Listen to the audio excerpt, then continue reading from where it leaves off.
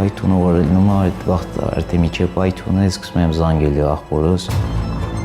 արդեն սիրտս զգում է, էլի որ տենց կարա տենց մի բան լինի, տենց սկսում եմ դեպի Հայկազով ճանապարհով վազելը։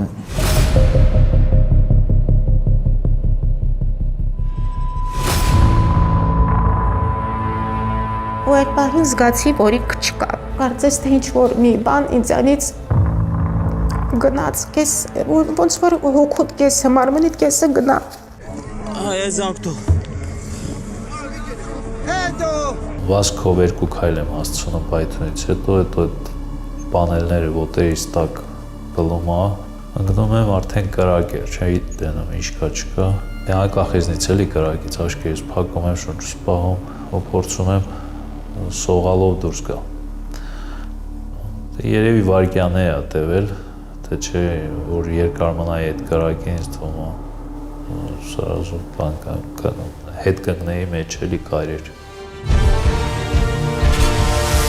Զոնտիկը սենց դեմքից պահելով մոտիկաց այդ սկլադին, սենց սկլադն է ոնց գետի տակ է էլի ոնց որ 10 մետր խորության վրա։